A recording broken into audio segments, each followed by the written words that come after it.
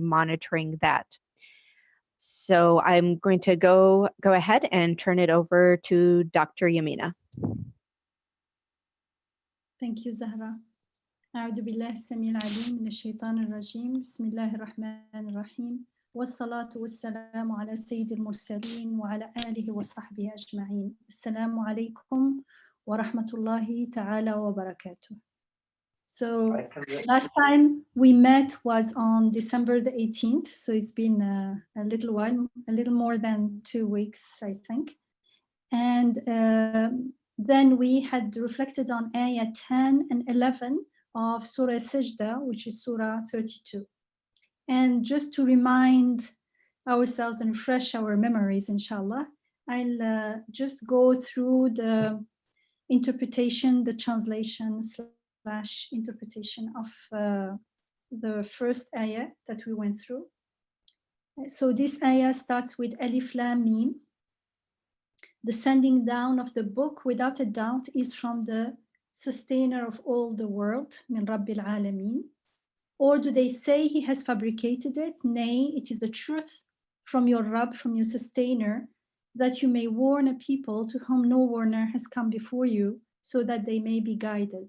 God who, so the sustainer, the truth from your sustainer, who is the sustainer? Is saying this sustainer is God who has created the heavens and the earth and all that is between them in 6 aeons, in 6 days, and is established on the throne of his almightiness. You have no protector and no intercessor other than him. Will you not then pay heed? He governs the affair from heaven unto earth, then he ascends unto him. It ascends unto him in a day whose measure is as 1,000 years of your reckoning. Such is the knower of the unseen and the seen, the Almighty, the Merciful, who makes most excellent everything that he creates. Thus he begins the creation of human being out of clay. Then he causes him to be begotten out of a humble fluid. And then he forces him in accordance with what he is meant to be and breathes into him of his spirit. God breathes into him of his spirit, and he endows you with hearing and sight and feelings as well as minds. Yet how seldom you are grateful. And last week we did the 10 and 11, which is, and then they say, what? After we've been lost in the earth, shall we indeed be in a new creation? Nay, they are disbelievers in the meeting of their sustainer. Say, the angel of death who has been given charge of you will take you, and then unto your sustainer you will be returned. So last time we met, we had talked about how we, from ayah 10, we can deduce that these people identify themselves with their physical bodies, with their physical beings, because they say after we've been lost in the earth, and what's lost in the earth is the body. And because of this self-perception, now we understand that it makes sense that they believe that once their body is lost in the earth, it's the end of everything. And so we are told they disbelieve in meeting with the sustainer, they disbelieve in akhirah. They cannot even understand. It doesn't make sense to them. What are you talking about? That's the tone that they are using. But it makes sense, and it also makes sense that they cannot relate to God, or at least God as he describes himself in the Quran.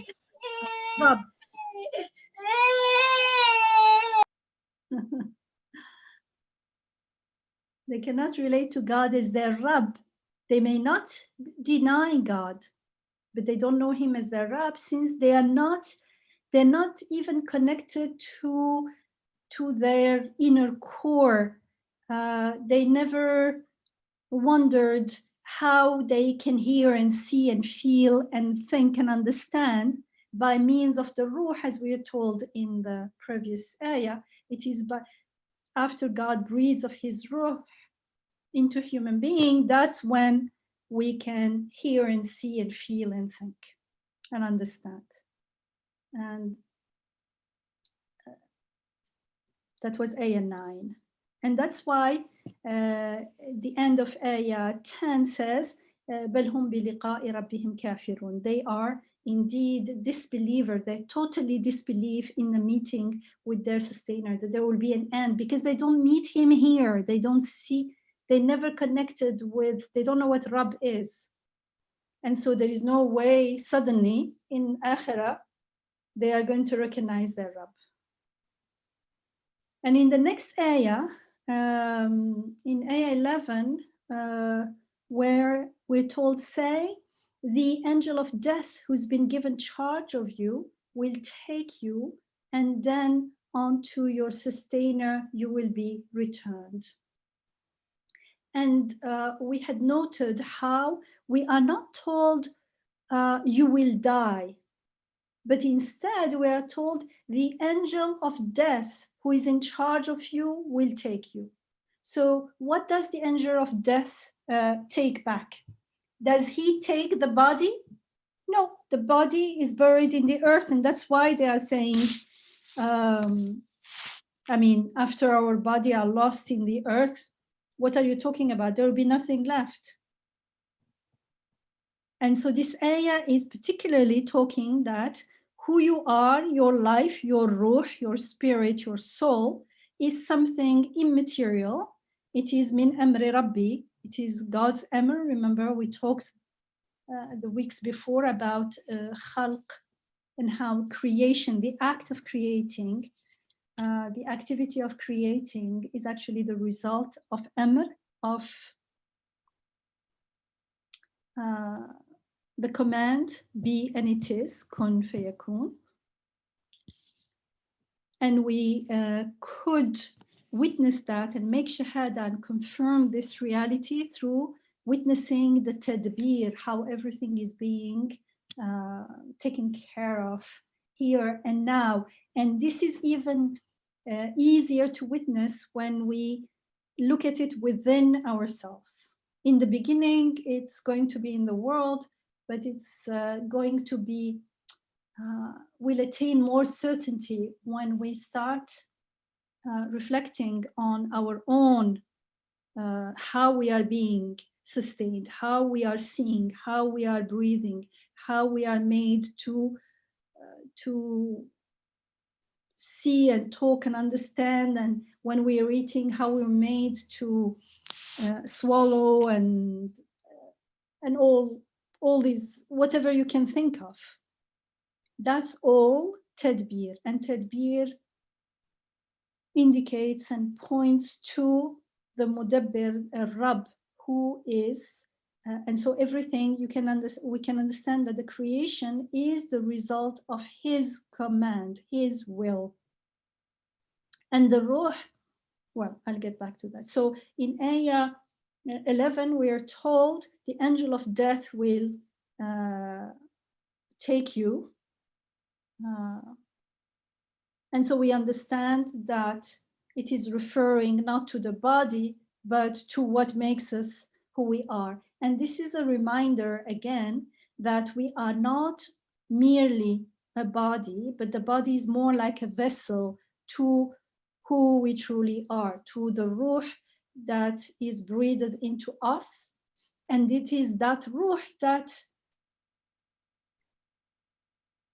has been taught the names of God. That is that ruh that comes directly from God, that recognizes God.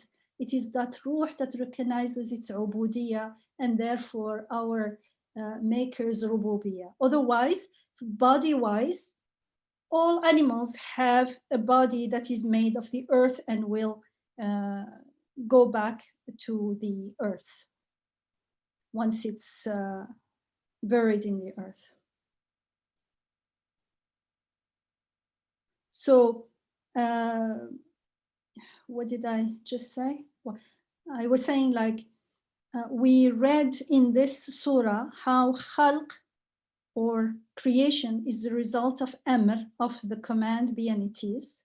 And the creation of human being also was described as created from clay, then given form, then given ruh, spirit is breathed into a human being So he starts seeing and hearing and feeling and understanding. He becomes a conscious being. And how do we grasp this reality? How can we confirm it? How do we make the shahada for this reality? Because human being is the bridge where creation and Amr unite directly. The body is represents the creation, and the ruh is directly from God's command. So we recognize God's command because the ruh within us, who we are, is directly from God's command. So it is like a unit of measurement through which we can recognize the divine command in the creation and within our own creation, our own being. So when, is there any? Okay. So when we identify with the ruh, then we start living from the ruh, and it becomes easier and easier to witness how the process of coming into being, the act of creation in the world, is actually the result of beinities. It is actually the result of the divine command, because the way things come into being with tadbir, the way they come with purpose and order and all kinds of benefits that display various names of God, that the way they come indicates a divine command. And we can there is like, it looks like a leap of faith, but that leap of faith, we can make it because we are acquainted with it through our ruh. That's where we come from the divine command. So we're acquainted with it. The ruh, and we talked about the angels and how we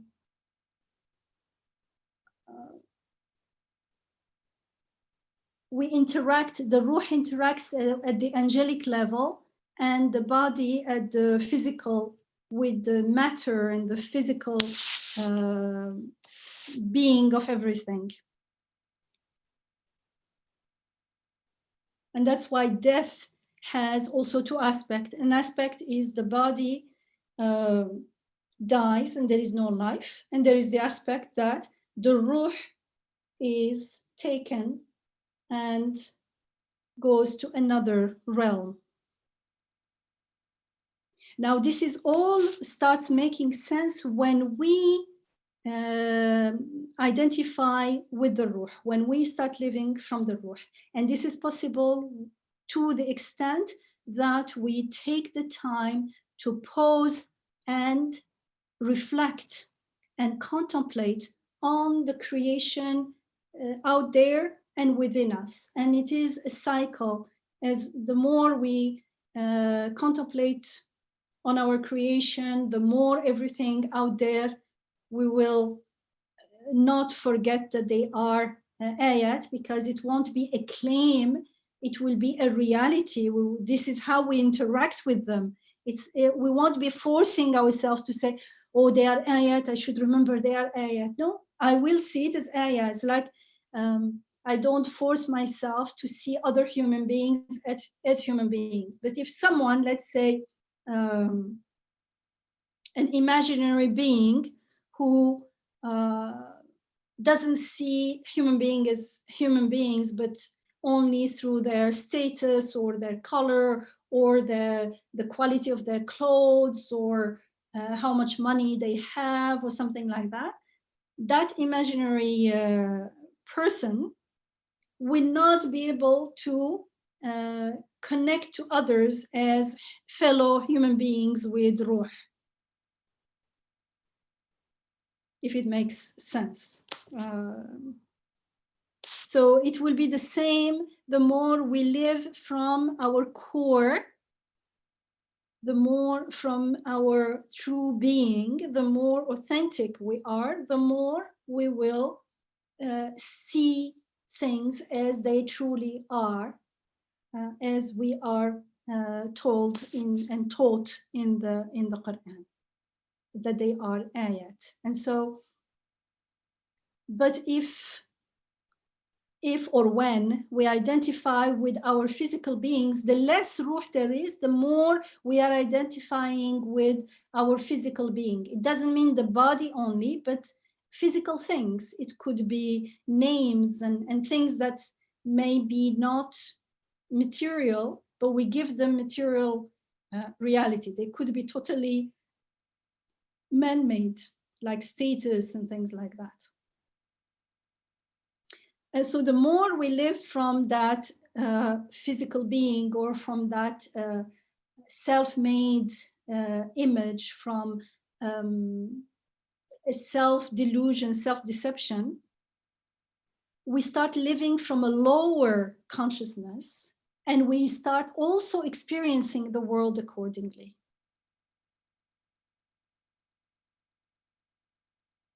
And so we talked when we reflected on Ayah 9. Remember, Ayah 9 is when we told once God creates us from clay, and then in Ayah 9, and then he forms him in accordance with what he is meant to be, and breathes into him of his spirit, and he endows you with hearing and sight and feelings as well as mind. Yet how seldom you are grateful. Seldom we are grateful because we just take it for granted. How many of us, how often do we stop and wonder and reflect about our hearing and sight and feeling and minds? And if we do, then we will be truly amazed. And unless, I mean, if someone has an open heart and a good intention, we will be grateful, inshallah. So that's why right now we can start by asking. So when we stop and reflect, what are we going to ask ourselves? Who is it? So we'll see that, we'll find that we are seeing, and lo and behold, we don't know how to see. We will find seeing in us.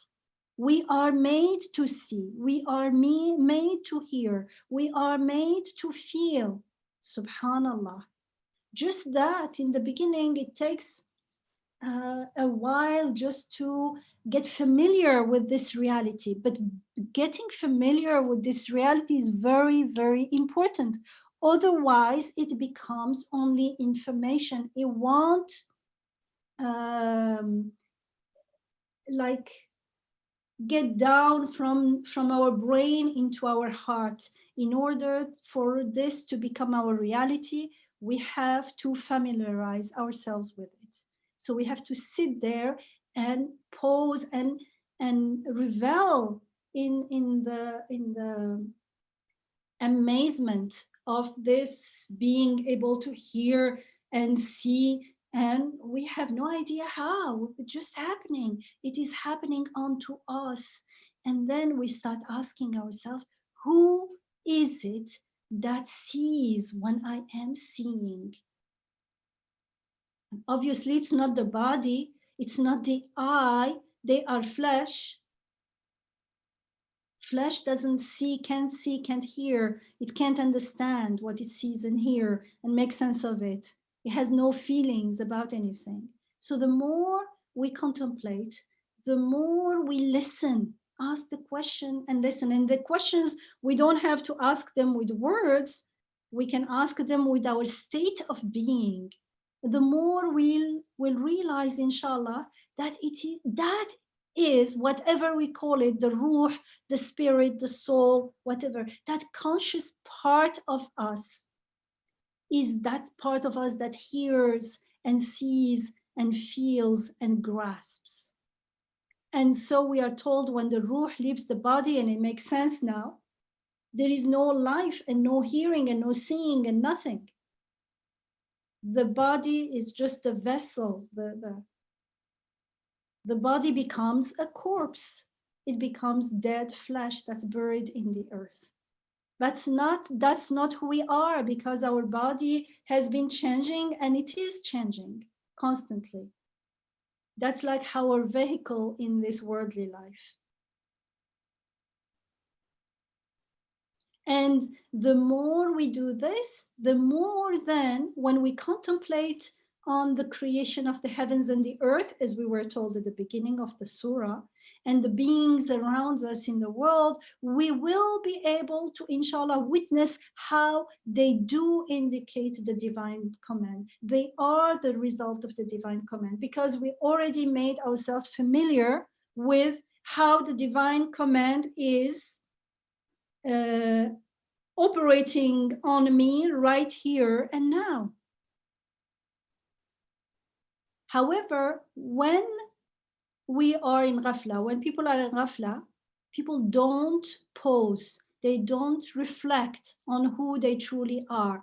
They take things for granted because we imagine somehow in our foolishness, in our ghafla, in our mindlessness, we imagine so many kinds of things to be important. And I'm not saying that we necessarily don't know. I know from my own experience that I know very well that those things are not priority, they are not important. I still find myself sometimes spending time on them instead of something else. Why?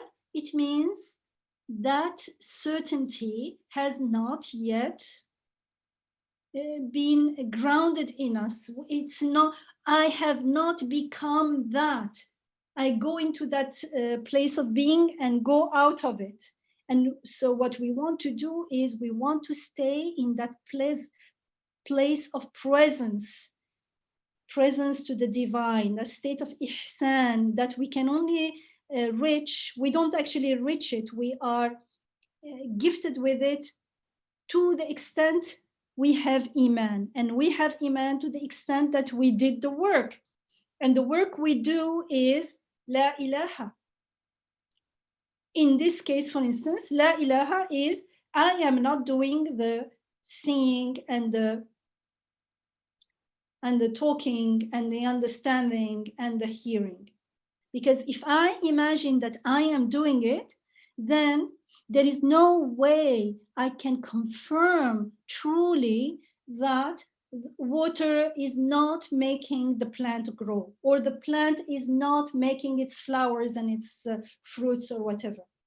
Because we can only see the world, we can see the outer world and others into our own mirror. We project our self-perception onto everything else. And that's why Tawheed in the inner self, in the anfus, as we are told in the Quran, is key.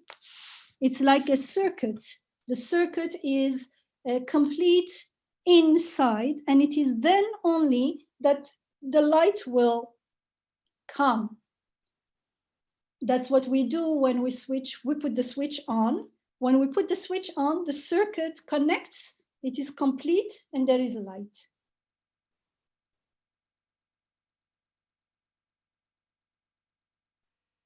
So, but when people are in ghafla, so I said, they don't pause to reflect. They don't even feel the need to pause and reflect. Actually, it's the other way around. We feel the need to speed up because when we're in ghafla, there is a fear and anxiety that is always looming in the background underneath everything. The fear of death, the fear of transience that we have not made sense of. We can know the answer intellectually, but we need to confirm it with the heart, with the emotions. We have to make ourselves familiar with that reality. And when we are not familiar with it, it is scary, because we may say we believe in akhirah, actually we only don't deny it. Believing is different from not denying. So if I'm not sure what's going to happen after death, then whether I realize it or not, there is going to be an anxiety that is always constantly with me, because we live in a transient world. And that's why we speed up in order to forget that reality, in order to suppress that inner anxiety. And it becomes a vicious circle. And so in Ghafla, people in Ghafla don't reflect on the messages of this ayat 7, 8, and 9 about the creation of human beings. And so they end up assuming or living, they don't necessarily assume anything, but because they never reflected on who they truly are, then they live as though they were their bodies, their physical entities, their jobs, their career, their whatever, but not who they truly are. And all those identities are not necessarily false identities, but they are not the core identity. They are like coats we wear, but they are not the real thing. They can come and go, they can change. And so as a result, the body and the physical aspect of life and of everything starts assuming, start becoming important in their lives. They give lots of importance. It means the heart becomes attached to the worldly. And the vicious circle is here because the more we're attached to the worldly, the more the transience of, because everything worldly is transient, is going to be even more painful. And that in itself is a rahmah, actually, because it's a wake-up call from our merciful creator. Like, what are you doing? Wake up. You're here on a journey. Why do you want to keep your head down in the ground? And so the resulting worldview becomes more and more materialistic, and matter seems to be, we talked about it, and so I'm just reminding ourselves, to be more at the core of creation. So I can't see God as my Rabb, as the sustainer here and now. It seems like God is absent in the here and now. Somehow, maybe we don't even think, did he create at the beginning or not? He's just absent from our world. From time to time, we remember him. Whereas in the Quran, we are told to remember God constantly. And when we are not remembering God, we are not in a neutral state. When you are not remembering God, we are told in the Quran, you are the friends of Shaitan. Shaitan is that aspect in our life that takes us away from God, that makes us forget about who we are, about our reality, about akhirah, about the reality of life. And so in that state, people can't appreciate the purpose and the meaning of creation, even of their own creation. So how can they, they cannot recognize the wisdom in the tadbir, in the wisdom, and they cannot be amazed at what's going on. And that's why we told us, how seldom are you grateful? Because everything is taken for granted. We take our seeing and hearing for granted, and I don't know, each one of us has something that, I wish I had this, I wish I had that. And it doesn't mean that I may still want, for instance, if I don't have a home, okay, it's a need, but I won't be totally focused on that. It's like it's my, it's not a death of life or life issue. So it is not that we have something or we don't, we want something or it's how we are relating to it that matters. And so in Ayat 10 was this, they say, what we've been lost in the earth, shall we indeed be a new creation? So from this ayah 10, I guess the main thing is to be able to consciously perceive how everything in the creation indicates the unseen, how the act of creation, the process of creation proceeds from the divine command, and how our body is governed through the divine command called the Ruh. And this is possible to the extent that we live more consciously, and to uncover the veil of ghafla, we need to reflect, contemplate on our own creation, as well as the creation of everything around us. And it is to that extent that we will be able to stay more and more in gratitude, because we will be at awe at everything that we're taking for granted. And actually nothing is small or random, or everything is so full of purpose and wisdom. And the next ayah that we start today, inshallah, is ayah 12. In ayah 12, we are told, ولو ترى إذ المجرمون ناكسوا رؤوسهم عند ربهم ربنا أبصرنا وسمعنا فارجعنا نعمل صالحا إنا موقنون. If only you could see the wrongdoers, literally it's the criminals, al-mujrimun, not the dhalimun, hanging their heads before their sustainer.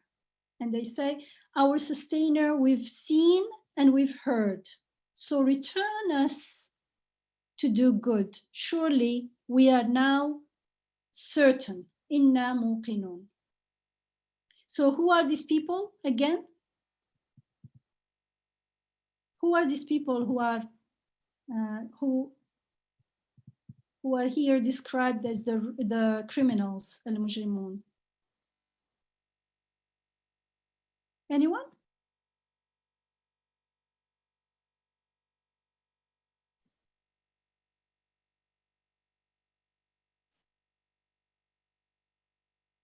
Remember in ayah 10, we were told, and they, so these people are they who say, what, after we were lost in the earth, shall we be restored in a new act of creation?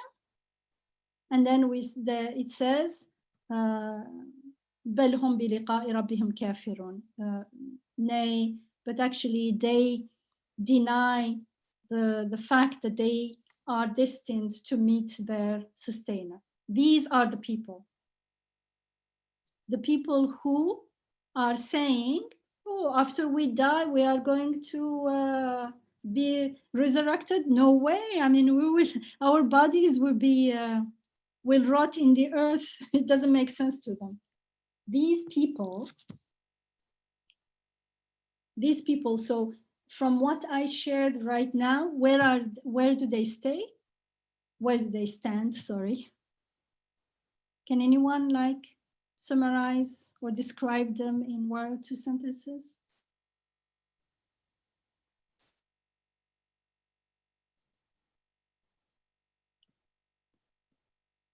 Yes?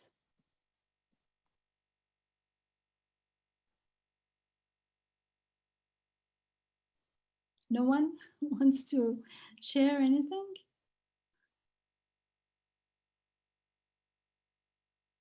Who are these people, therefore?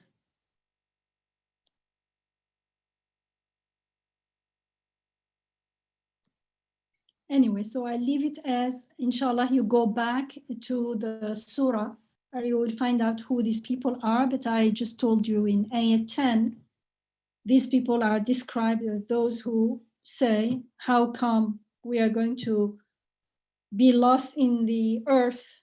How come we're going to be resurrected? And these people are called the al-mujrimun, the criminals.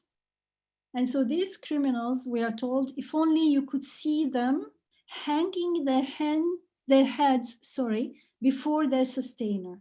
ناكسوا رؤوسهم. So ناكسوا رؤوسهم here, ناكسون actually, but the noon is taken away because of the idafa, is an active participle. So it represents, usually active participles represent a state of being. Now nakisa, nakisu is from nakis, the singular is nakis, from the verb nakisa. And nakisa is to turn over, to turn something upside down, to invert, to reverse, to change the state or the manner of being of something or someone. So for instance, we're told in the Quran in Surah Yasin, وَمَن نُعَمِّرْهُ نُنَكِّسْهُ فِي الْخَلْقِ أَفَلَا يَعْقِلُونَ. نُنَكِّسْهُ is again from the same, derived from the same root. And it means, and whomever we cause to live long, we cause him to become in a state reverse of what he used to be. It means he was young and strong, for instance. Now he will be reduced to weakness or whatever. It doesn't say only strength. Anything that we had in youth will be reversed in old age. That's what نُنَكِّسْهُ فِي الْخَلْقِ. So it's one word, but it has a lots of meaning in it. And in Surah Al-Anbiya, Surah 21, in Ayah 65, when Ibrahim alayhi salam destroyed his people's idols, after that he destroys the idol, then he tells them that it was the biggest idol that did it, if you remember the story. And then he tells the people, ask the idols who did it, if they could speak. So Ibrahim alayhi salam knows that they can't speak, but why he's doing this? Because he wants to attract the attention of these people to question what they are worshiping. And so in the beginning, they get the point and they start to blame each other. We told in Ayah 64, the ayah right before the one that has the word nukisu.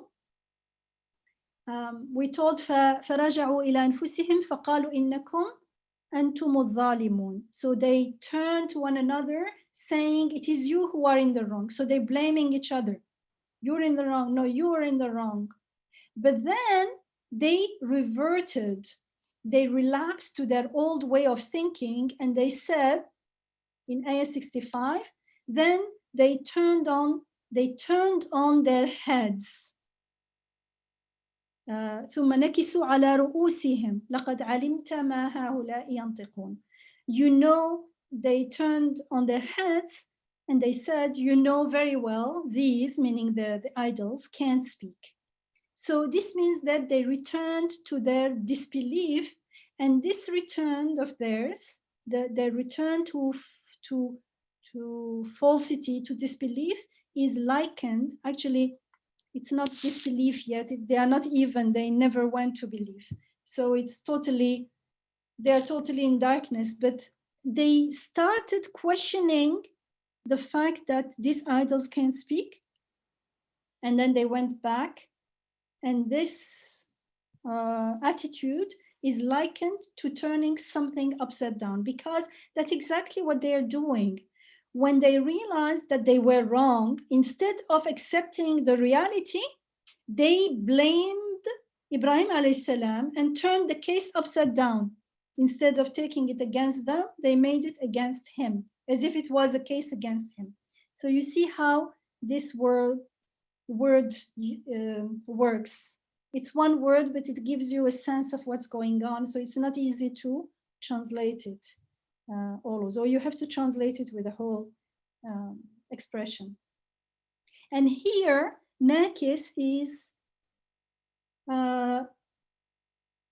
means lowering their heads. So they are lowering their heads, they're bending with their hands down towards the ground. And it is a sign of abasement. They feel ashamed, they feel guilty. And because this particular word is used, it also implies that they were previously arrogant and heedless of the truth. Before they were arrogant, now they are just the other way around. They are like not humble, humiliated. They feel like humiliated.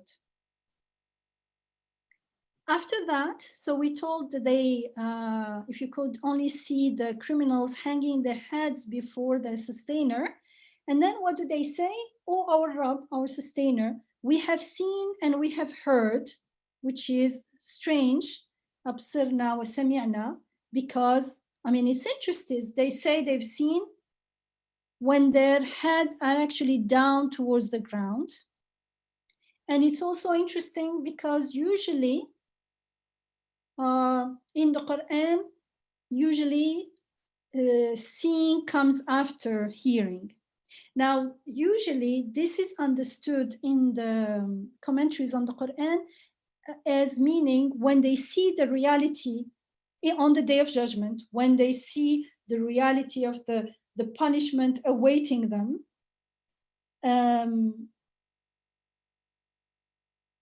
so they see that first and then they hear the divine decree.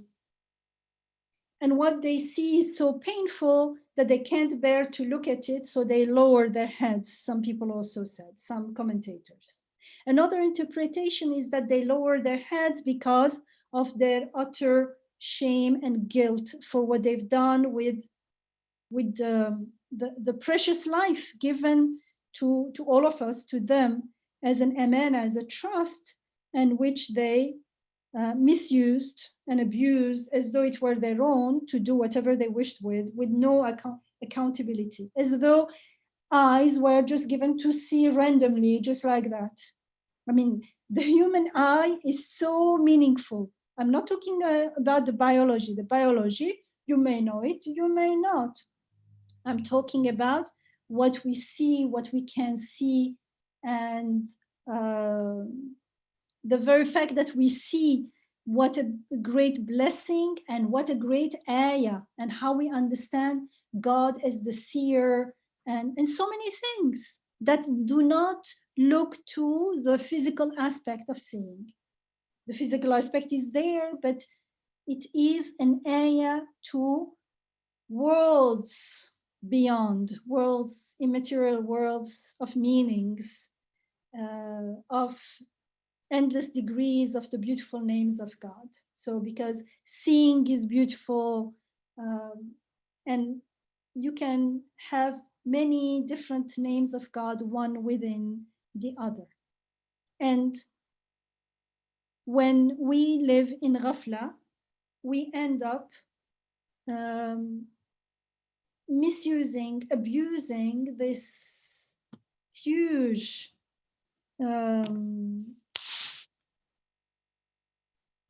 I don't want to say blessing, but like opportunities, these huge resources into something that's like someone gives you, let's say you have a wealthy family, they give you a few like $1 million to start something. So you learn some business or something, and you go and, I don't know, you go and spend them going and eating in a restaurant, going on a cruise, going on a trip, something like that. And even there, it's not like who said that investing is better than going around or eating. It's not even, any example that I'll give won't do justice to the reality of what's going on, because they are all at the end transient things.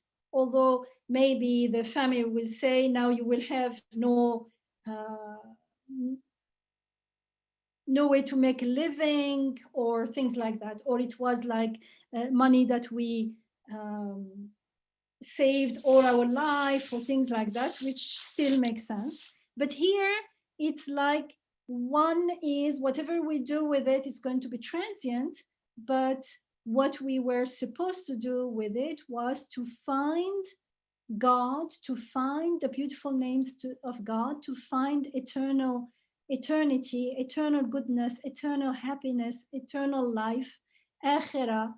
And so from transient to eternal, the gap is huge.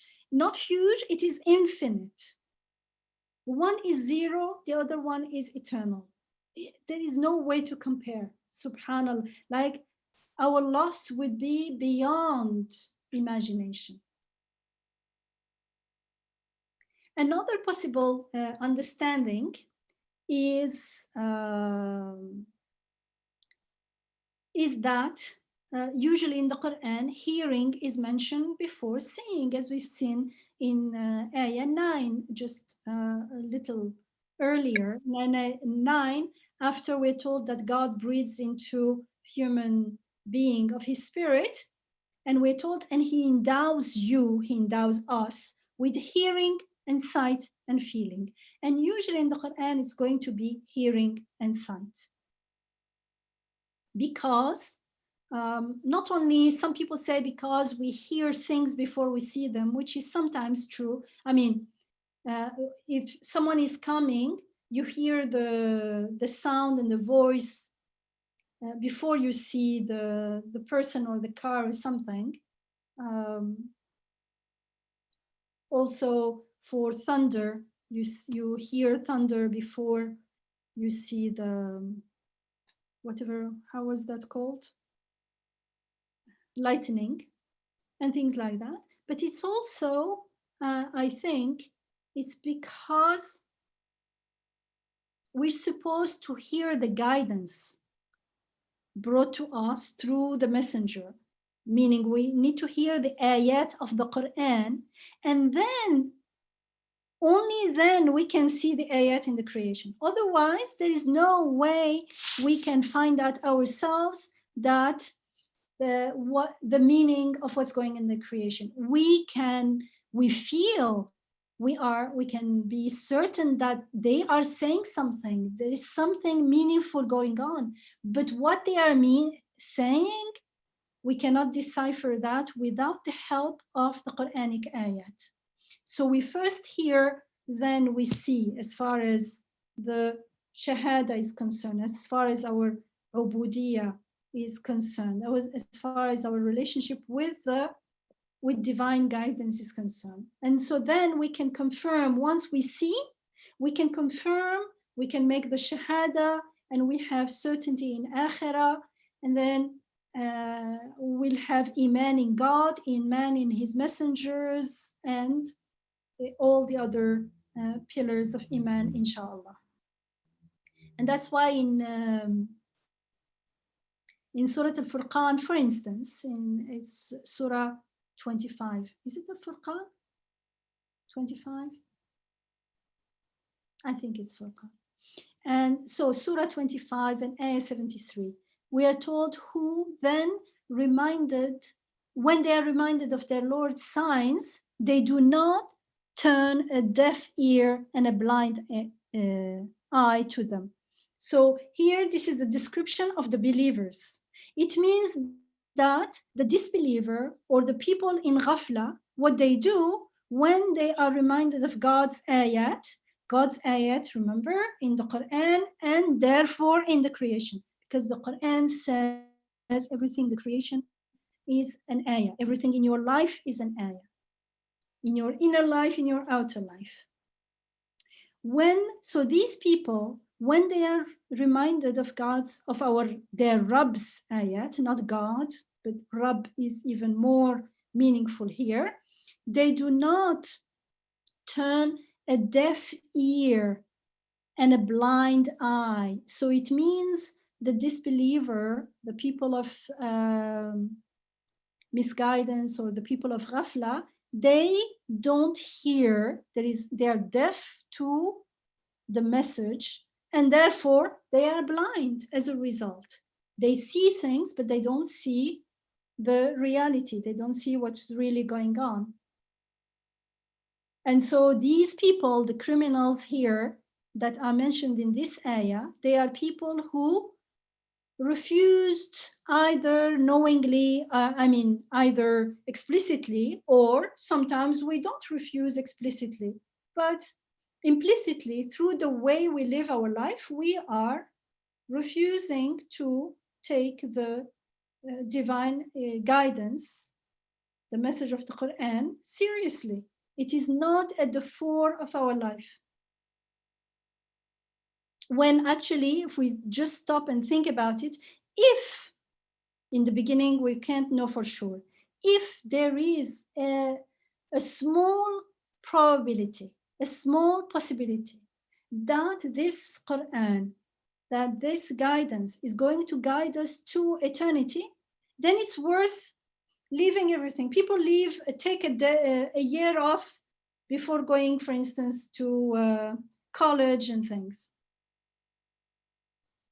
Why don't we take some time off just to check if it's true? Because if we don't find eternal life, then there is no future. There is no true future.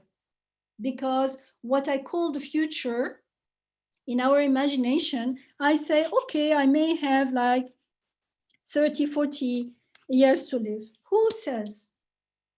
There is no guarantee for anyone. However young you are or old you are, there is no guarantee. Tomorrow, I was going to say, but forget about tomorrow. Even this evening, I can't guarantee that I'll be alive. إلا بإذن ربي. He decides, and we don't know when when we will be called to the other side. We did not decide when to come to this world, and we don't decide when to leave. And that's why the more we're aware of this reality, the more we feel the need to ask for help and guidance. And that's what we are told to do repeatedly in the Quran. Remember, if something we are told to repeat in the Quran, it is a sign, it is an ayah, an indication that we need it. Imagine if someone is being rehabilitated, someone who doesn't lost sense of eating and drinking. I don't know if such a case can exist, but we can make it up. Then when they start teaching him, they are going to tell him, you're going to drink every hour or so. This is how much water you need to drink. You need to eat like 3 times a day, this much. They are not punishing that person. They are saying, this is your need, your body needs this much. And for breathing, that we cannot even imagine that, because if we don't breathe, and that's why it's not given to our own will. We are made to breathe constantly, automatically, because without breathing, there will be no life. And it's the same with the message of the Quran, and that's why asking for help and guidance is like food, water and food for us. And Iman is like air, it's like breathing air for the Ruh, because without Iman, it means no future for the Ruh. That's it. You are bound to this transience, and the Ruh longs for eternity. So if we could just stop and pause every day, just for a few moments, we will understand how very, very important, very, very significant this is. And then you can say, okay, we've tried so many decades, so many years living however we lived. Can't we say, okay, I'll make at least 1 year or something where I put divine guidance, give it priority, and then see what will happen in your life, inshallah. Because what is at stake is our future, our eternal life. It is not a future of 1 year, 10 years, 100 years. No, it is eternity is at stake. And I don't care. I don't want eternity. I would just end in the graveyard. That's what these people were thinking. No, there is no such an option, because the Ruh is eternal. So there is eternal joy and happiness in paradise, or there is eternal misery for having lost, I can't even say the opportunity of one's life. It's like I don't know how would you call this, the opportunity, the golden, or the more than the golden opportunity of our life. Subhanallah. May Allah guide us, inshallah, and remind us. Dr. Yamina, I think we have a question Sure. from someone. This is a good time to take that.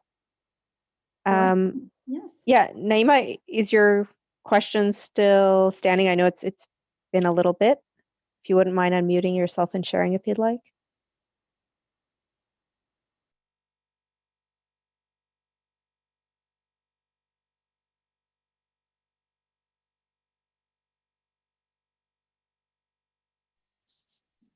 Yeah, I saw someone had the hand icon up. So, or if there's anyone else who'd like to share a comment.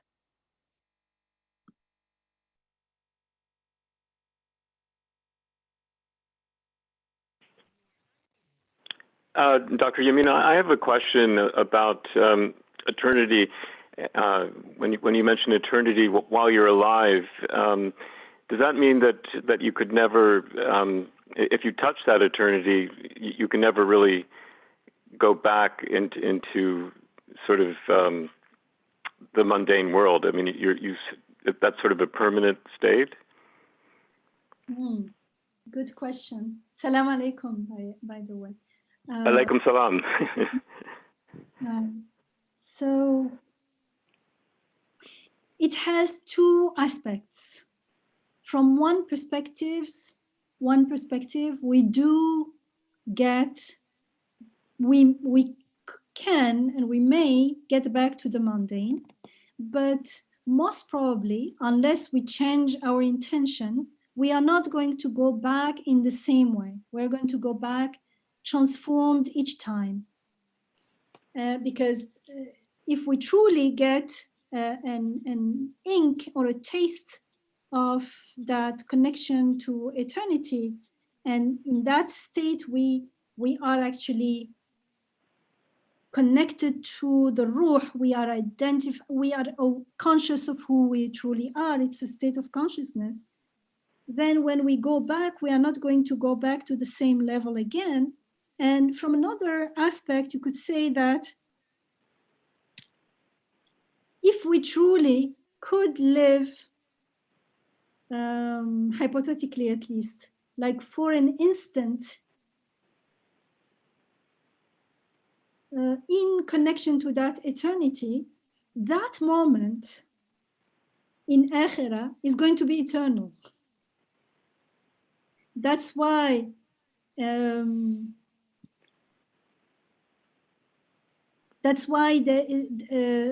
Prophet ﷺ says, like, if you have an ounce of belief in your heart, then you are saved. But then the hadith carries on with akhirah, and you live with the consciousness of akhirah, because that iman is truly going to be iman and truly relate us to that eternity, to the extent that we live in this world with the awareness of akhirah, or as it is put in the Quran, with the certainty of akhirah. And the certainty of akhirah is when we witness the divine, we witness the divine names here and now. And it is something that we need to learn. In the beginning, we will witness it at how do you say? At less conscious levels, but the more conscious we are, the more we taste that glimpse of eternity, the more we will never come back to the world. We will come back to the world, but not in the same way. We'll be transformed each time. And that one true instant of eternity is worth a whole lifetime. Yeah. A whole lifetime without any connection to eternity, of course. Right, and then you don't have to really think about the divine names. It's sort of kind of a spontaneity to that. It's sort of, yes, you don't have to name them because you will be experiencing it whether you know how to name it or not. It will be your reality. I see. Thank you. You're welcome. So this here we have these people who refuse to listen to the divine guidance, to the Quran, because they believed in what they saw. They believed in matter. They identified with their bodies, and they remained unaware of their own spirit. And so therefore, they could not possibly know God as their Rabb, even though they may not be denying God. They may identify as believers in God. But since they don't live from the spirit, they cannot know God as their Rabb, so they will remain in a state of shirk. And so without even being aware of it, we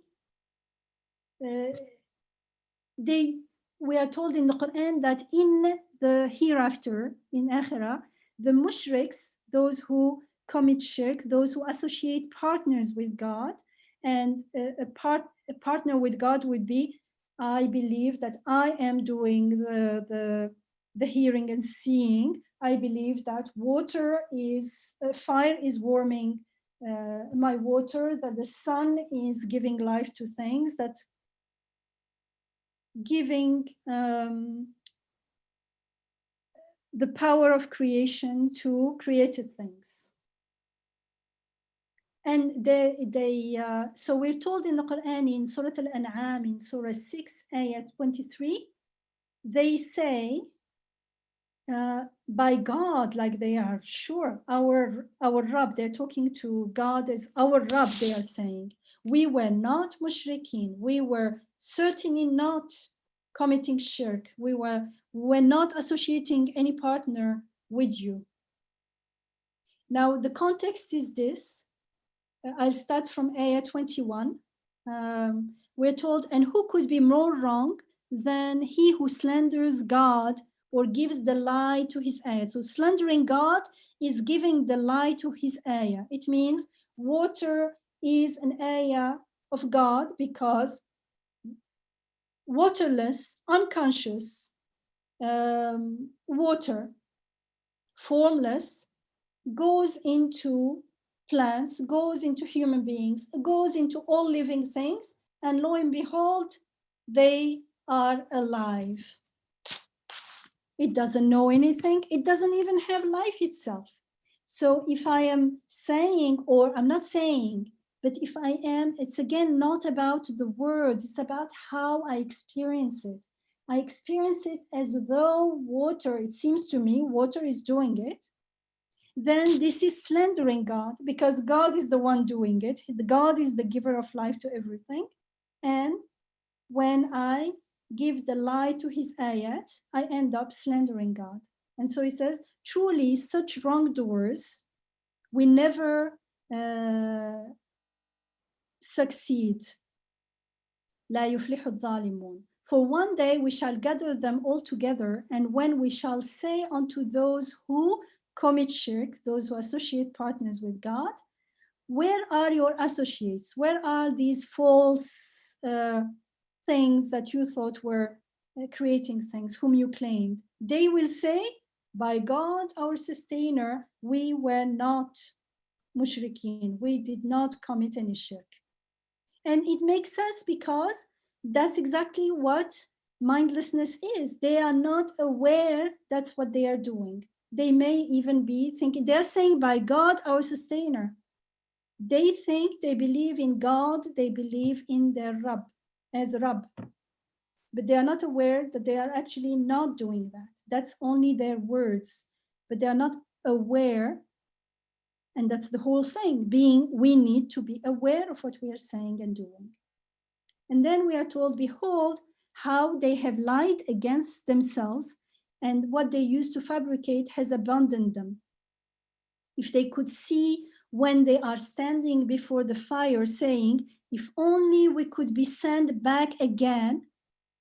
Look, they said we were not committing shirk, but when they saw the fire, what they say, if only we could be sent back again, meaning to the world, we would not deny the ayat of our Rabb. So actually, they admit that they were not seeing things as ayat, and we would be among the believers, because you cannot be truly a believer in God as Rabb, as the sustainer of everything, the one who sustains us here and now, unless you witness the ayat. It means you interact with everything as an ayah, and we cannot interact, or we will interact, let's make it positive, we'll interact with things as an ayat to the extent that we ourselves are living from a higher consciousness from the ruh. And actually it works both ways. The more we see things as ayat outside, the more we become aware of that inner part of us that is interacting with the beauty outside, with the meaning outside, with things going on outside. And the more we become aware of that part of us inside, the more we become conscious. And so our interaction with the world is transformed even more. And so it becomes a positive and ongoing cycle of growing in consciousness. And then we are told, but nay, they will say this only because, so even when they say, if only we could go back to the world, we would not deny the ayat of our Rabb. We are told actually they are only saying this because of the truth that they used to conceal from themselves in the past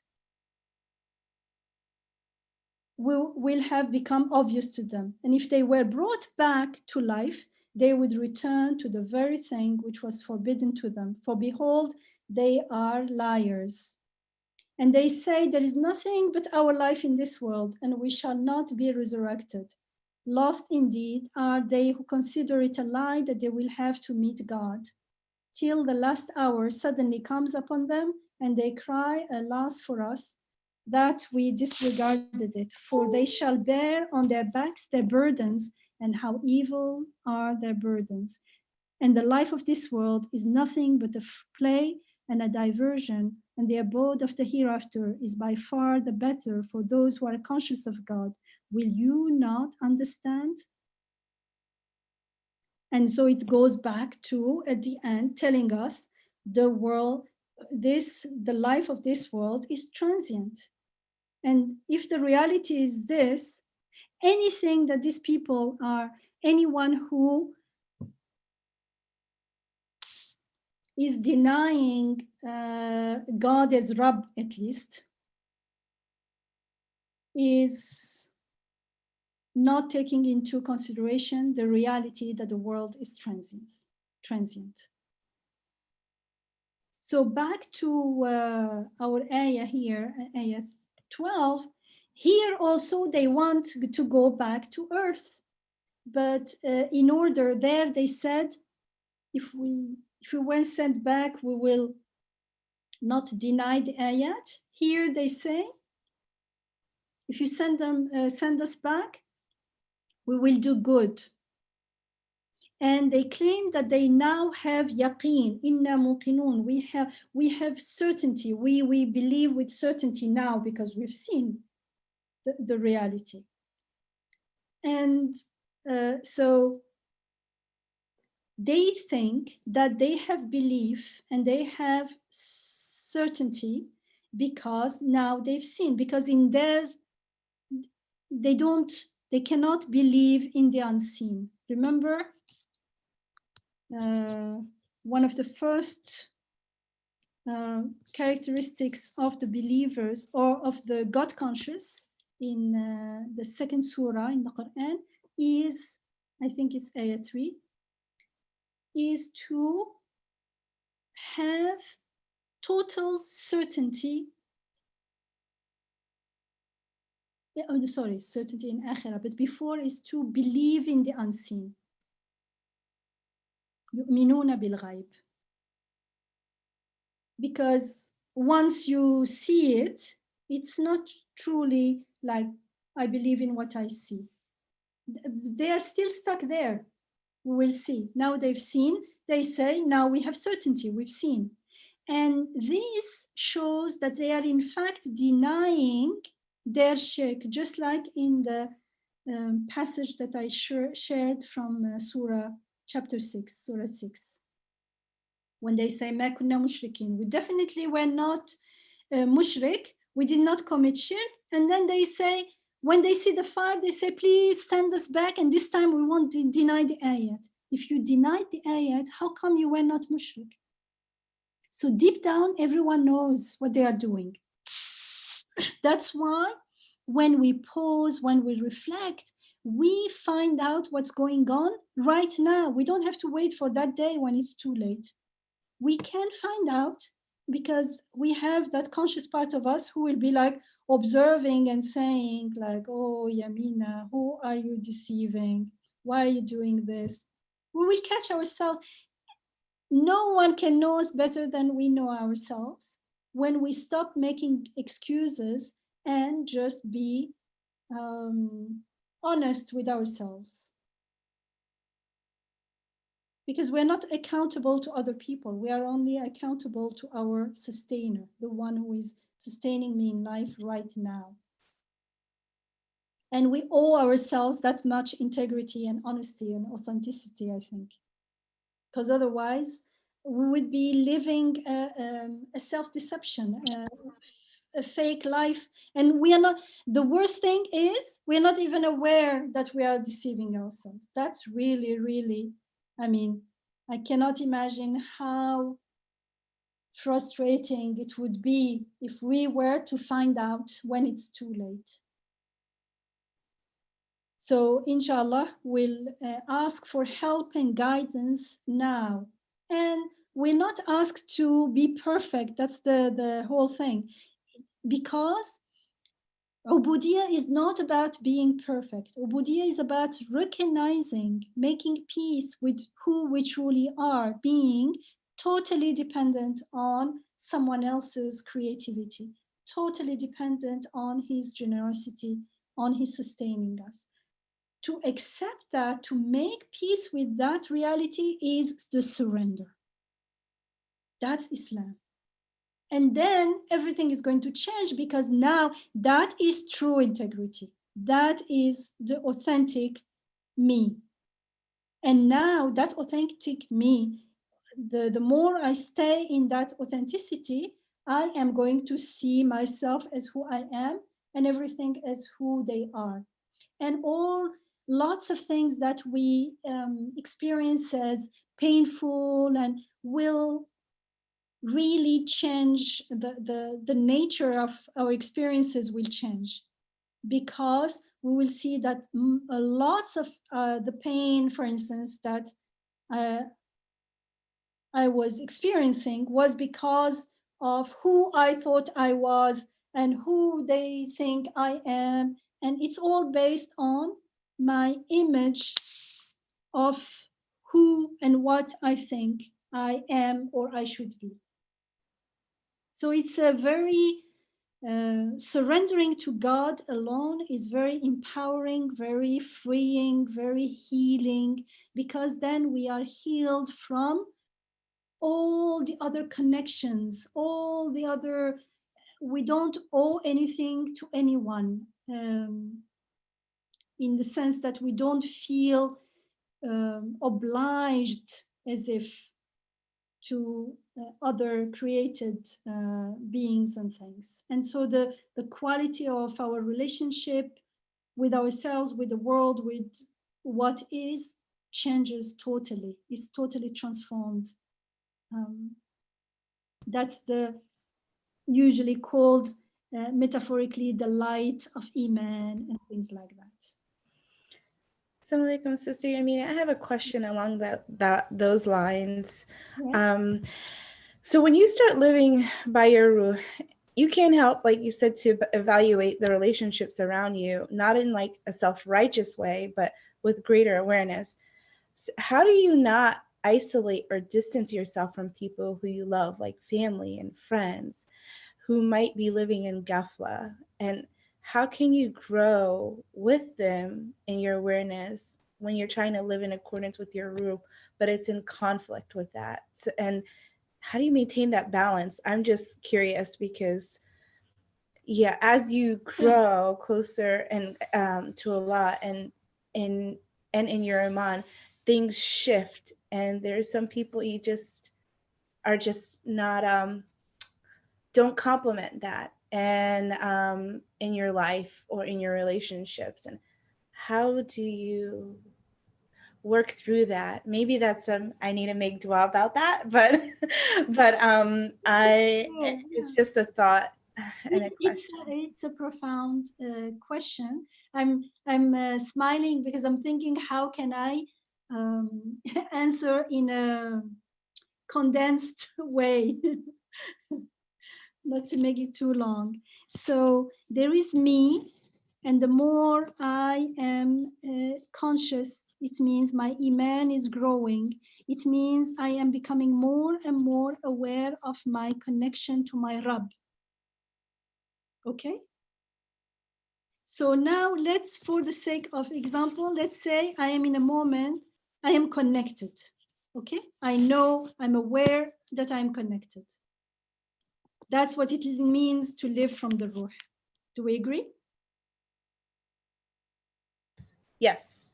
Okay. So now that I'm connected, there are people around me. Now, people around me, I don't expect other people to follow the same path or to follow the same level of consciousness, right? Yes. I can pray for them, but I can only do the work for myself, not for others.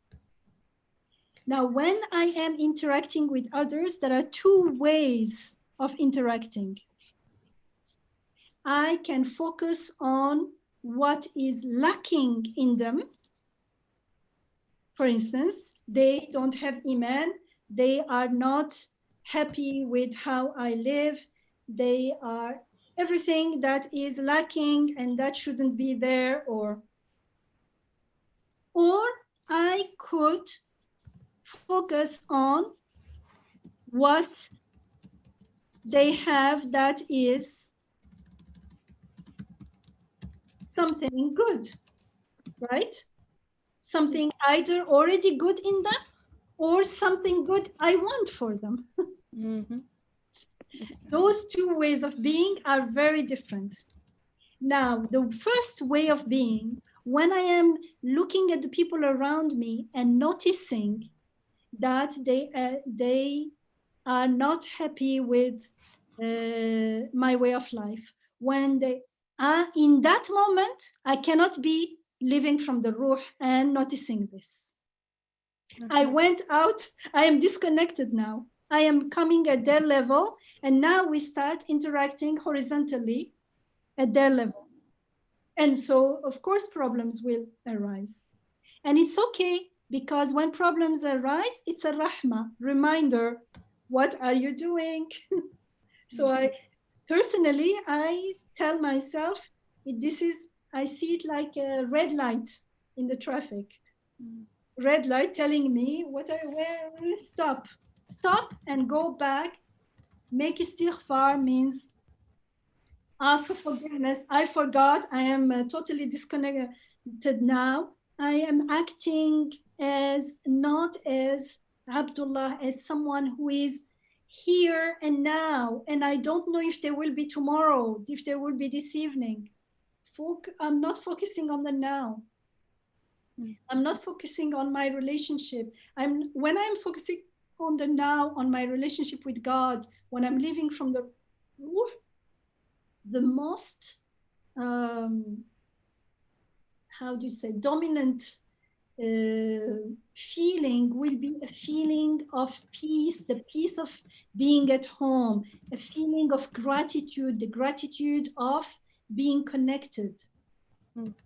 And nothing can disturb that peace, that inner peace and gratitude. It does not mean that I don't notice. It doesn't mean that I don't see. I'm totally blind now. I don't see people's faults or what they say, but I don't choose to focus on it. I don't leave everything and start focusing on it as if it's the only thing in the world. You see what I mean? Yeah. So I know when I notice it, I am going to notice it, and it's going to come back to me as not as something to lament and complain or be sad. Even if I'm sad, the sadness is coming to tell me that these people need help. These people need more love. These people need you to be more patient. That sadness is not going to stay there as sadness. When it stays there as sadness, it transforms into anger and frustration and enough is enough, being irritated and things like that. And when I am in that state, it means I am disconnected. Well, that requires a lot of discipline and surrender. No, it's not discipline. It seems that it requires discipline because now you are looking at it from outside. But when you are inside, the love and the patience is given to you because you are connected to the infinite source. I see.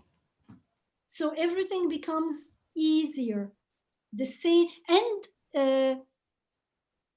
sometimes things start changing. Okay, there are two ways of explaining the same thing. Someone will tell you your dua will be accepted because there is sincerity, because you are now connected to God. In life, your dua is accepted because it is not between you and the other person. It is between you and God. God reaches the other person. I see. And so often it's going to be like the same person either won't show up in your reality, or if it's someone that you cannot avoid, they will show up in a different way. Like people can be their best or their worst. And we can bring out the best in people or the worst in people. And I can give you an exercise. You can try it. It's easier to try with people that you don't know at all, because we don't have a past with them. You know that the past, and that's again, when I'm connected to, when I live from the Ruh, I do not judge people on our past patterns. Remember during the retreat, we talked about how even on the physical plane, when we change our feelings, the neural paths in the brain also are changed, so that the new feelings, for instance, if I am always pausing and choosing to be grateful, being grateful becomes more and more familiar.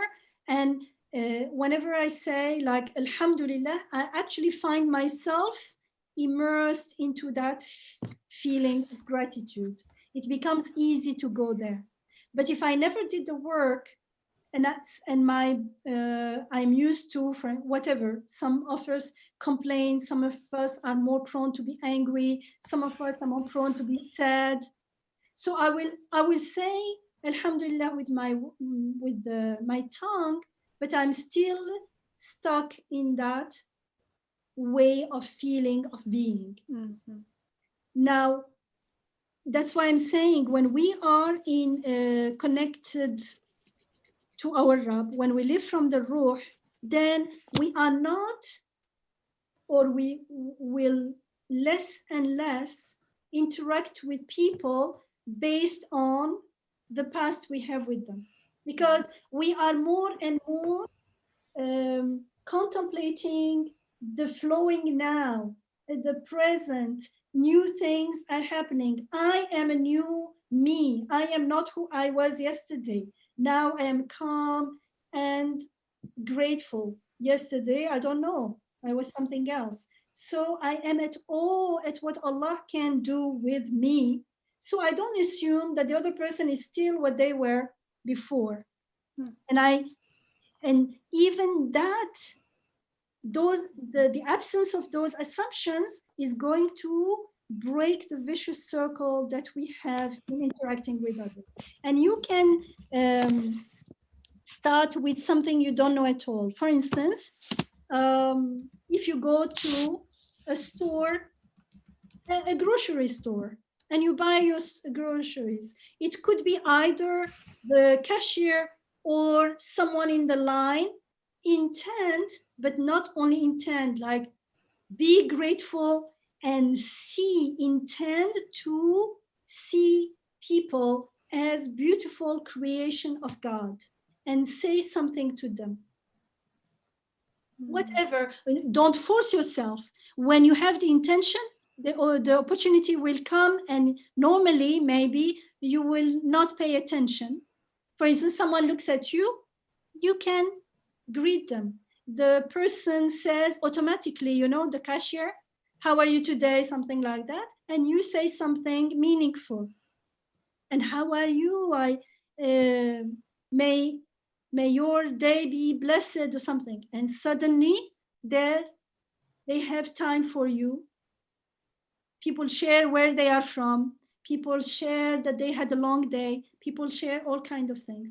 And sometimes, like I remember, sometimes the person who looks like they're going to attack you. The person looks angry or something, but you don't know. The person has nothing, it's nothing to do with me. We don't know what she's going through.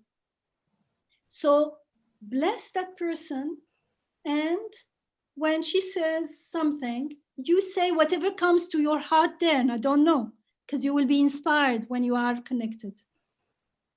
And you will see that the person in front of you either change, or sometimes someone in the line, someone you don't know at all, and then you start a very deep conversation in 1 minute.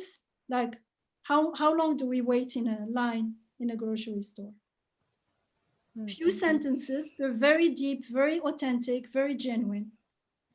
And then you see that, oh, so it is up to me. I can uplift my environment, or I can go down to where they are. I start complaining, why are they still stuck there? Why aren't they living from the ruh? Oh, if I'm saying this, it means myself, I am also not doing it. Otherwise, I would be just blessing them, praying for them, wishing them the best, especially wishing them the best eternally, because everyone deserves the best, because everyone has been created for that, to fulfill that beautiful potential. But you start from the beginning. So in the beginning, it will be 2 steps forward, 1 step backward. But eventually, you will see that you will take 3-4 steps forward and only 1 step backward, and you will get better and better at it. It's a lot of food for thought. Thank you so much for answering that question. Thank you. You're welcome. Alhamdulillah. Assalamu alaikum. Wa alaikum salam wa rahmatullah. Can I add something here? Can I say something maybe relates to this, or should I hold it for the end? Sure, if it's related, especially. I think so. It helps to keep thinking it's a journey, right? So increase the awareness and iman, and being humbled in I was there. I didn't have maybe this level of awareness that, hopefully has increased a bit, and there is more room to grow. But also like making, I know that maybe we're not going to say it to others, but also thinking that instead of thinking of the shirk, maybe, that level of shirk, but to think that the iman is not complete yet, might be as a way of thinking, put us in a better. It could be that someone next to me doesn't believe at all. So yes, you're right. But then, when you think of, other maybe people of iman, of a lower level of awareness, yes, that kind of statement might come a little bit too strong, I feel like. So but in any case, we don't want to go neither in, we cannot gauge, measure people's iman. So we don't want to go there neither, even if someone says, I don't believe at all. When we are there, if the person is someone that Allah put us, either family or neighbor, or someone who you work with, someone who you have to interact with, we can always find something about that person to be grateful for. And keeping in mind that Allah doesn't put anything in our reality, in our experience, in vain and without purpose and wisdom. So if it's there, if it is with purpose and wisdom, and the person is not, may not be aware of it, it doesn't matter. Since Allah is using this person, even like, for instance, a bully at work. I shared once my experience of a bully at work. I was praying for her because Allah chose her to be my teacher. So she, not her, but that experience was like al-Khidr for me, was my teacher. So I thought that she deserved at least to be prayed for. And in the beginning, she was still resenting me not doing what she wanted. But after a while, she became very polite and nice again. And it's like I did not change my outward behavior, but every prayer, I was praying for her specifically. And when you pray for people, then in real life, the way you look at them, the way you, even if you say the same word, it does not have the same, it doesn't resonate in the same way. Your face is not the same.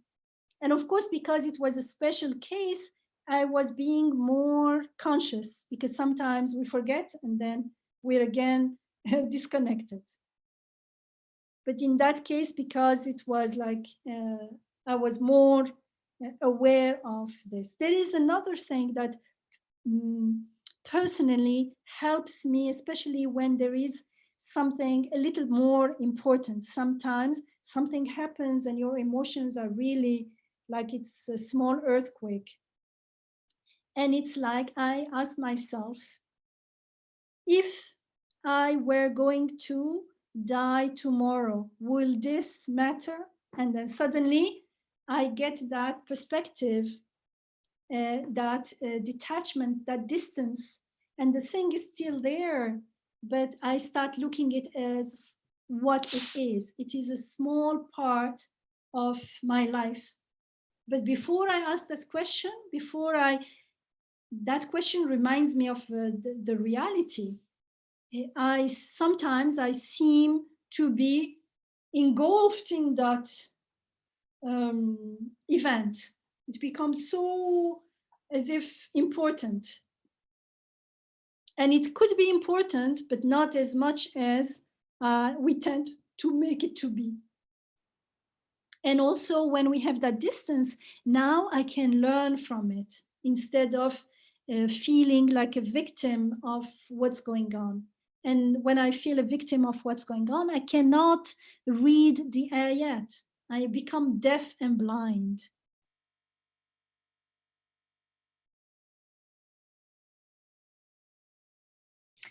Assalamu alaikum, Dr. Yamina. Wa alaikum salam wa rahmatullah.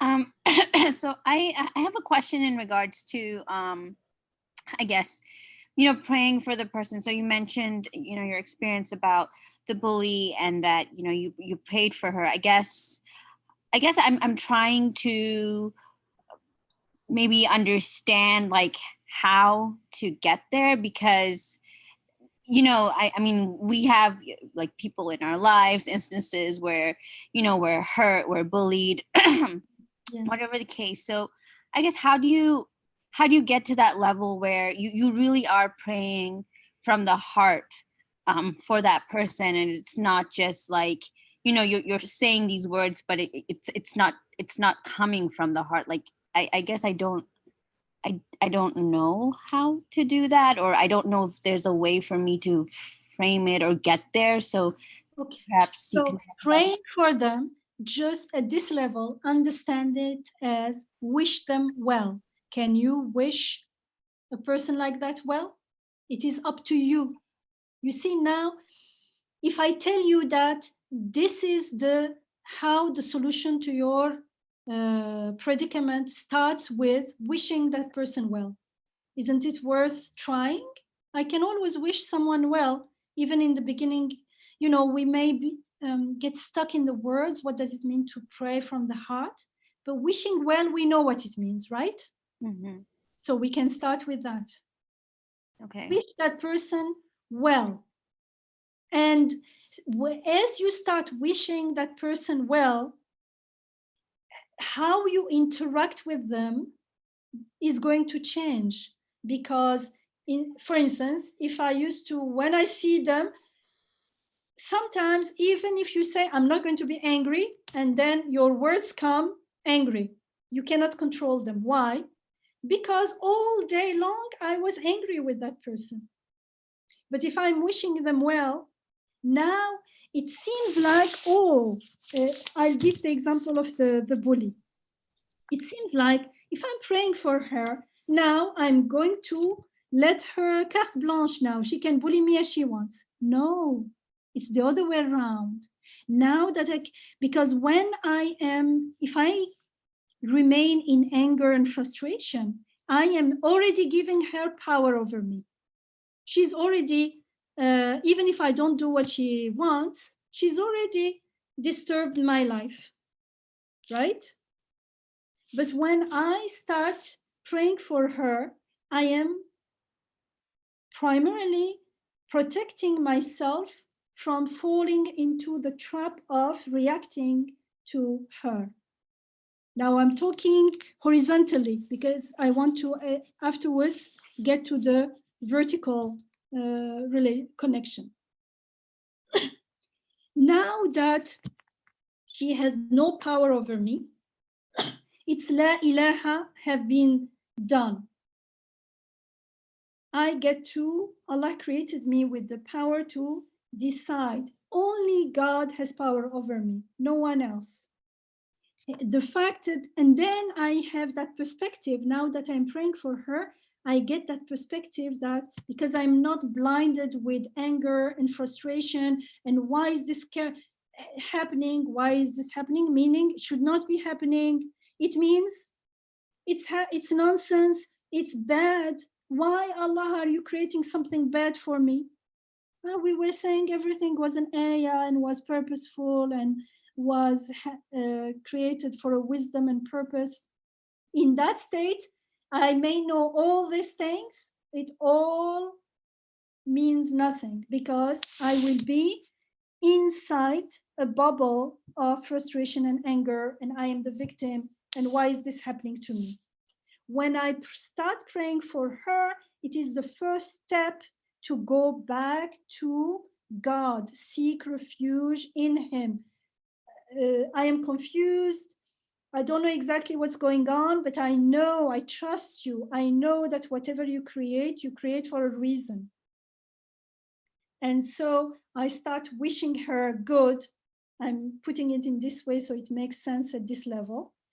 And lo and behold, I don't know what's going on the other side, but I start not feeling frustrated and angry. And now I have that perspective.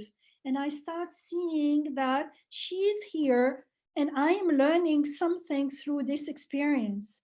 And as I start learning and asking the questions, not complaining and saying, blaming the creation, but asking genuine question, what is the wisdom in this? I personally learned lots of things from that.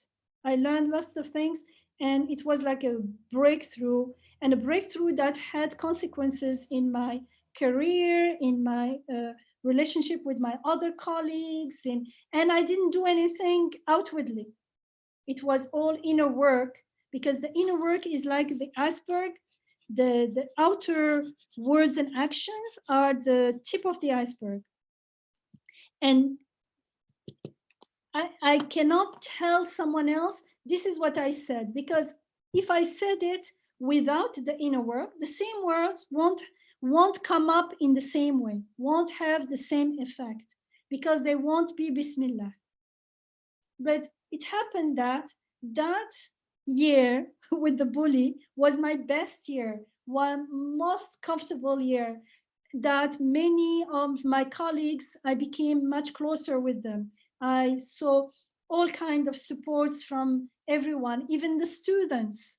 Everyone was feeling there is something, and everyone was being very supportive. So it was like a year of total lots of blessings. And the bully herself started changing. She was not as arrogant as before. In the beginning, she didn't want to say like hello to me or something. When she saw me, she would change her way. And after a while, she just came back and started interacting with me without the bullying thing dropped totally.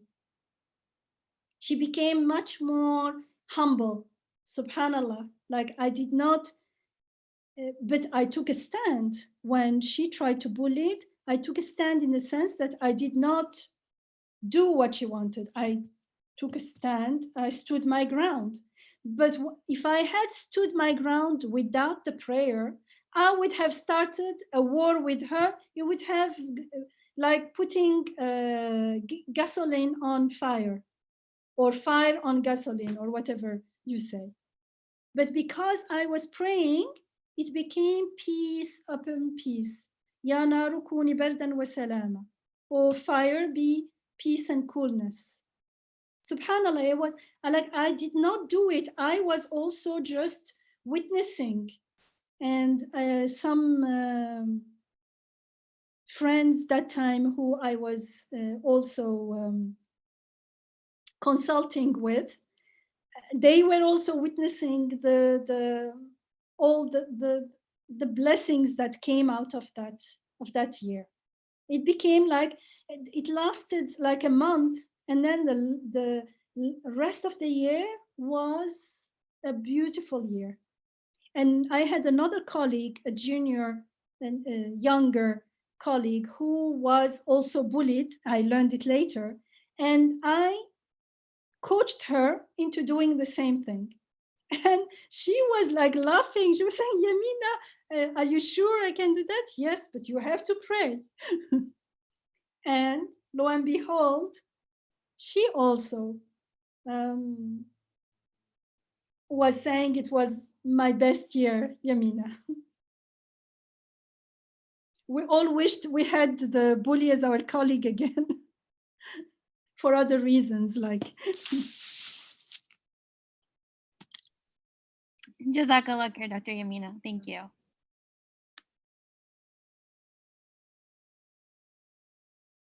We had another question come up in the chat. Okay, because I was going to say we can stop here and carry on with Ayah 12. Okay, go ahead. Last part next week, inshallah. But if there is a question, Okay. yes, sure. Well, and I think it's through the discussion, it's been answered. If you find yourself in the disconnected state, how do you go back to being connected? So I know you mentioned dua and wishing people well. Well, that's in if it is related to other people, but how If I am aware that I'm disconnected, the moment that I become aware of it, unless I intend to stay there, it means I became aware. So now I intend to pray, ask for guidance, ask for help. It's like the moment you put the light on a dark spot, it becomes light. The moment I find myself disconnected, it means now I'm aware. Now it's up to me to intend to ask for help. And the moment I ask for help, I'm connected. Now the consciousness is going to grow. It's not going to happen overnight, but it's how to say, tasteful and delicious and exciting and amazing at each step of the journey. So the more you taste it, the more you will want to go back to it. It's like the ruh was imprisoned in the worldly life, and suddenly it's like it's given a little bit of freedom. So now it wants to be free again, because it wants to be free, and now you gave it that freedom, and you realize that that's me. And everything else is supposed to be for that. I mean, why do people work so hard? Why do they worry about their relationships, about this, about that, about their wealth, their money? Most people will say because they want to be fulfilled and happy. But who is going to be fulfilled and happy is the ruh, and the ruh is locked up. Subhanallah. And the ruh does not need the wealth and the relationship and everything to be happy and fulfilled. It needs to be. It needs to be freed. It needs to be connected to its source, because the ruh comes from there. So when the ruh is, it is connected. It's not like disconnected. It's not like we disconnect and then we connect. It's just a way of speaking. No, when we disconnect, it means I forgot. I am in ghafla. I am busy with something else. I forgot who I am. And connect means I remember. That's why I said the moment we catch ourselves, it means that's it, we remembered. So if my intention is to live consciously, then I will strive to remain conscious. And to remain conscious, we are taught in the Quran reflection. Reflection, for instance, on the creation, creation of ourselves, the things around us. In the creation of the things around us, again and again, it says, contemplate the transience of everything. That's what we want to avoid most of the time. We want to avoid the reality of transience. But if we avoid it, if we avoid the reality of transience, the reality of death, then we are avoiding, we cannot face the reality that everything is coming from the unseen, going to eternity. And so I cannot be in touch with my true self that is being now sustained coming from the unseen. I cannot see things as they are as ayat. So because it is uncomfortable, we run away from it because we think it's bad, it's uncomfortable. But it's uncomfortable because we are unfamiliar with it. But we can make ourselves familiar with it. If there was no guidance, it may be hard because there's no guidance. I don't know about eternal life, and there is only transience.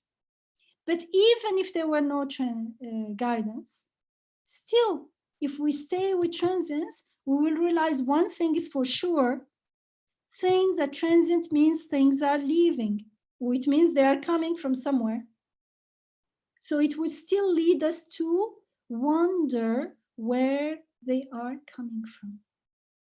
And I think that inner adventure is like the best, the most exciting adventure we can ever have in the world. Because if you travel a little bit, after a while, you will see, as a friend of mine, when we were students, when I was a student, we used to, especially as a grad student, we used to travel a lot.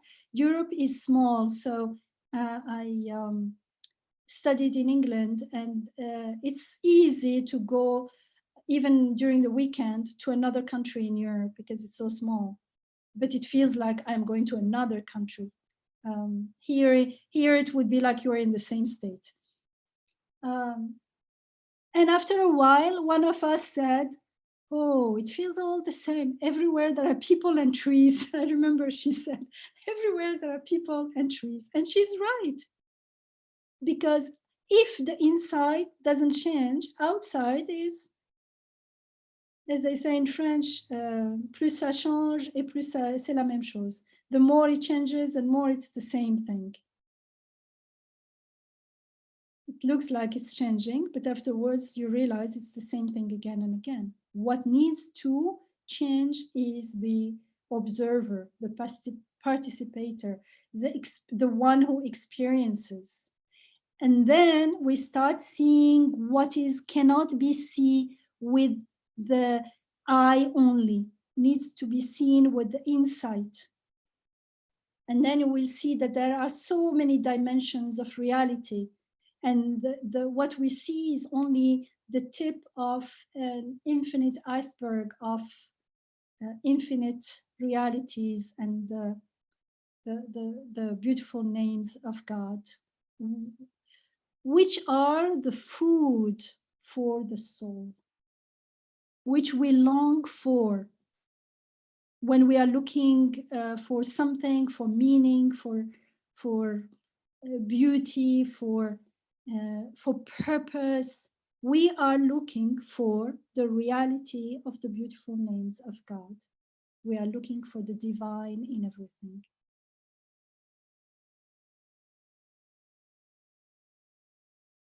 Shall we stop here, inshallah? And then we'll carry on with 12 and next week, inshallah.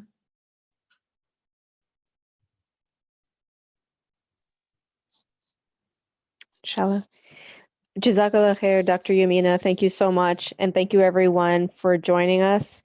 And just to let you know, these recordings are on YouTube, and you can have access to previous Receiving Nur Quran sessions on YouTube. So please check that out. And there's some exciting news for locals on the East Coast near the Maryland, Virginia, DC area that Dr. Mina is going to do a monthly sessions at the Diyanet Center of America in Lanham, Maryland, also known as the Turkish Mosque. And the first one will be taking place January 18th, and that's a Saturday from 9:30 to 2:30 p.m. So inshallah, that was included on the newsletter, and you can get some more details that way too. Again, thank you so much for joining us. Have a great week, and inshallah, we'll see everyone next Wednesday.